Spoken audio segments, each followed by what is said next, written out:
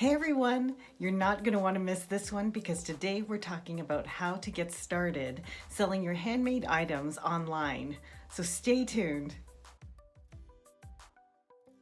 Hi there, welcome back. And if you don't already know me, my name is Viloria-Miguel, owner and founder of Canada Bliss crochet hats and accessories. Now this is the first part of a two-part series on selling your handmade work. After my last video, if you haven't seen it, then we'll be posting it over here. So after that, I got wonderful feedback from everyone, which I appreciate so much.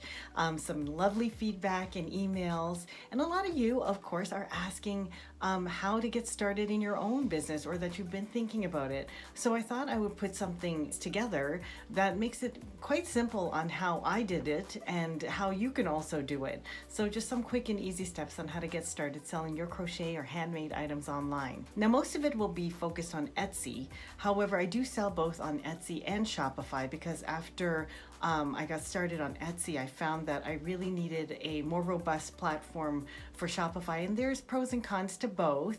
I'll probably get into what the pros and cons are for Etsy and Shopify in another video, but in a nutshell, Etsy's awesome. It's so easy to use, and but there's a lot of other competition for similar items. So if you don't mind that, then it's a great place to get started. Shopify, it's amazing. You could do so many things once you have an idea of how you want your website to look, but you have to drive a lot of traffic to it. With Etsy, they have a lot of different ways within the platform that you can drive traffic to it. But anyway, that's a whole nother story. We'll do that in a separate video. Comment below if you're interested in that. So before we get really into it, don't forget to comment, like, subscribe, and hit the notification button so you don't miss another post, because I'd love putting out more content that you're interested in. And a huge shout out to the Dabbling Hook. Thank you so much for mentioning my YouTube channel on your YouTube channel. And I can't tell you how much I appreciate you as a fellow crocheter helping another fellow crocheter out. I can't wait to stay in touch.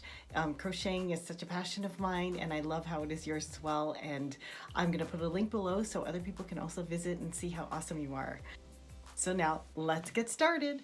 Okay, so the absolute basics of what I needed and what you probably need to get started selling your handmade items online are a camera, your product, and a computer. If you want to get more complex, you could probably add things like backgrounds for your photos, or like light boxes, and maybe mannequins or models.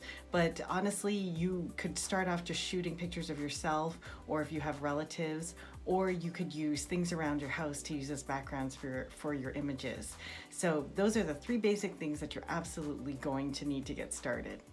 So now let's focus in on some of the items that I've mentioned. Your product.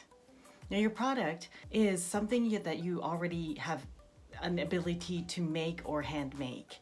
And for me, I could make crochet items. Now it's like, what do I sell? I liked making hats because here in Canada, you need them every winter. And winters are pretty long here, so it's fun to have something stylish to make. Now, what you need is to consider how many items you want to get started. I don't want you to get bogged down that you need an entire collection to be able to start selling online. I would advise having at least 3 to 5 styles. And if you don't have 3 to 5 styles, say you're selling you have one style that's amazing, maybe have it made in different colors. What I did was I had 3 to 5 styles that I liked. And how did I come up with those styles?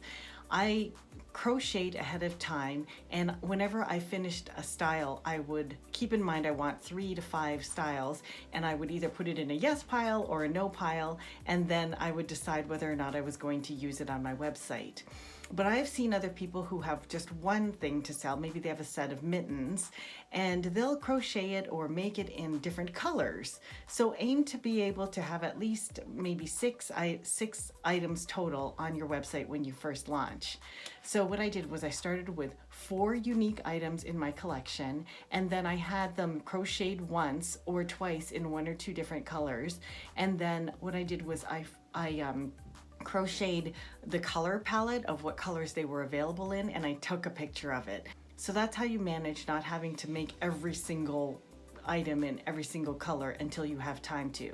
If you have time to, then start making them in other colors, and as they become available and you have the physical product, then you could take a picture of it and put it online. I would advise, when you're first getting started, just to sell items that you physically have in stock. Otherwise, if something happens in your sales spike, you could end up with a lot of back orders if you're just allowing people to customize and order things that you don't have in stock. The only reason I caution about having a physical product before you post it, is that I just found that when I first started my website, I banked on the fact that I had lead time to make it before I sent it. But when sales suddenly spiked, I literally sold things in January that I couldn't deliver until like April, and I'm like in shock that they didn't cancel their orders, but people were so gracious and willing to wait for it.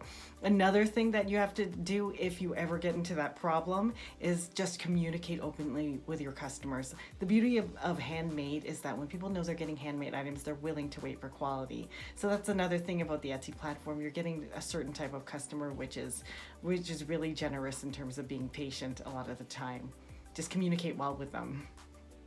Now that concludes part 1 of 2 of our 2-part video. And don't forget to hit like, comment below on what part you like the best, and please hit subscribe and the notification button so you know when we post the second part of our video. Thank you again for tuning in, everyone, and I'll see you again soon.